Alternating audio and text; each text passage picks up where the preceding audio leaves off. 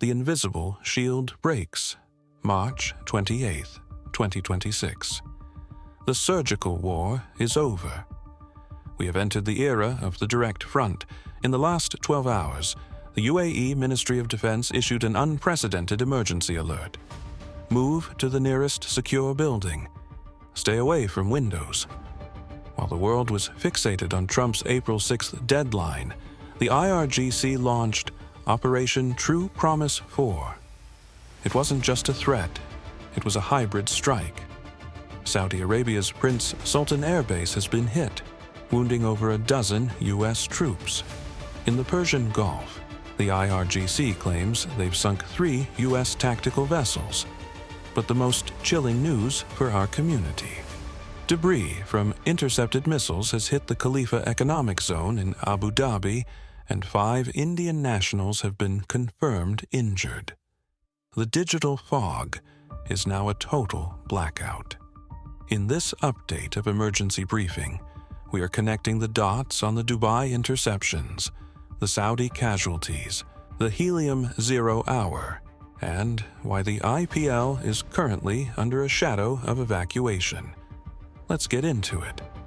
For the first time since 2022, the war has arrived at the doorstep of the world's most luxurious cities. Early this morning, the UAE Ministry of Defense confirmed that their air defenses and fighter jets intercepted a massive wave of ballistic missiles and UAVs launched directly from Iran. But interceptions aren't perfect. We can now confirm that debris fell on the Khalifa economic zone. Authorities report that 5 individuals of Indian nationality sustained injuries. This changes everything for the millions of Indian expats in the Gulf. If the safe zone of Abu Dhabi is now a target, the exodus of global talent has begun. Currently, over 4,000 daily flight cancellations are reported across the Gulf. DXB is a ghost town. The Middle East isn't just a war zone, it's a closed sky. In Saudi Arabia, the situation is even grimmer. Prince Sultan Air Base, the critical hub for U.S. refueling and air superiority, was targeted by a swarm of 29 drones. The results? At least 15 U.S. troops wounded, 5 seriously. Multiple refueling planes, the lifeblood of any U.S. air campaign, have been destroyed on the tarmac. This is the largest single-day casualty count for U.S. forces since the war began on February 28th. The Pentagon's response? An additional 1,000 troops from the 82nd Airborne are being deployed as we speak. They aren't going for a peace mission. They are trained for one thing: securing and seizing launch sites. We are no longer asking if the U.S. will invade. We are asking which Iranian province will see boots on the ground first. But the war you can't see is the one happening inside your electronics. We are now at stage 3 of the Helium collapse. Qatar Energy's force majeure has officially lasted long enough to trigger the 14-day rationing period at Samsung and SK Hynix. Why does this matter? Helium is the coldest liquid known to man.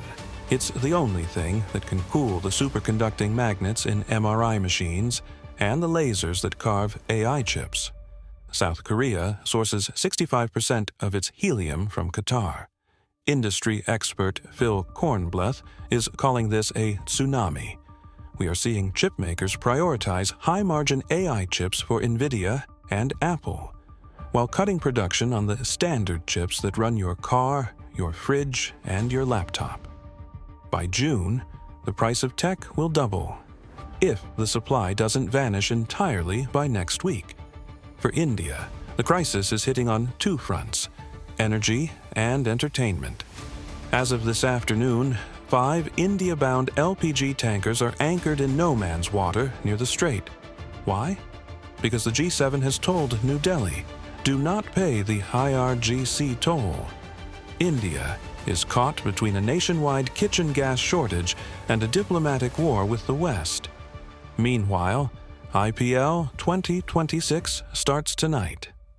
defending champions RCB take on SRH at Chinnaswamy, but the mood is heavy. Reports suggest that 14 foreign players have requested an emergency exit plan as Gulf transit hubs like Dubai become unsafe. The BCCI has called an emergency meeting. Will the IPL move to South Africa again? Or will the tournament continue under the shadow of a regional war? India's strategic autonomy is being tested like never before. Trump says he wants to be the great peacemaker, but his April 6th deadline is looking more like a countdown to total obliteration.